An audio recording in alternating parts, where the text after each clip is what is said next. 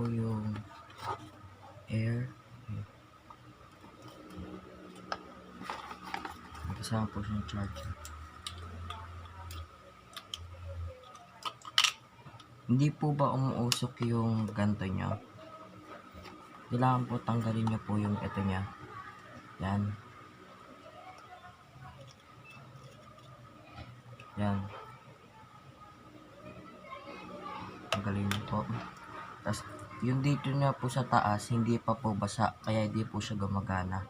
Yung sa baba lang po yung nababasa. Ito po kailangan mabasa din. So, basahin nyo po siya.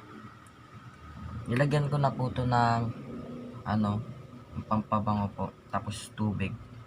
Tapos basahin nyo din po yung sa taas niya. Kasi po kapag binabad nyo po siya, matagal po siya umakit dito sa taas. So mas maganda po ang tanggalin nyo po siya tapos basahin nyo po siya. Kasi balik nyo po siya dito. Tapos sarado. So basa na po pati sa taas niya. And then close na po natin.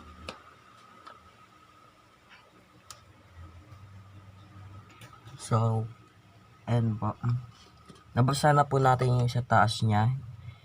Tapos, i-connect na po natin siya sa charger. Yan. Kahit anong charger po, basta Android.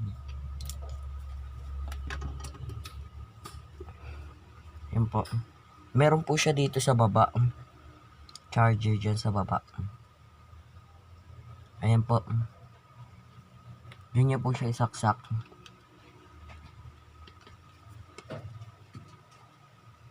Ayan po, nakita nyo po, pagkasaksak po kagad natin siya ay may usok po kagad siya.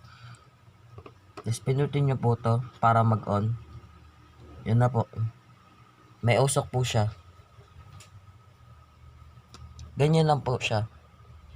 Thank you for watching.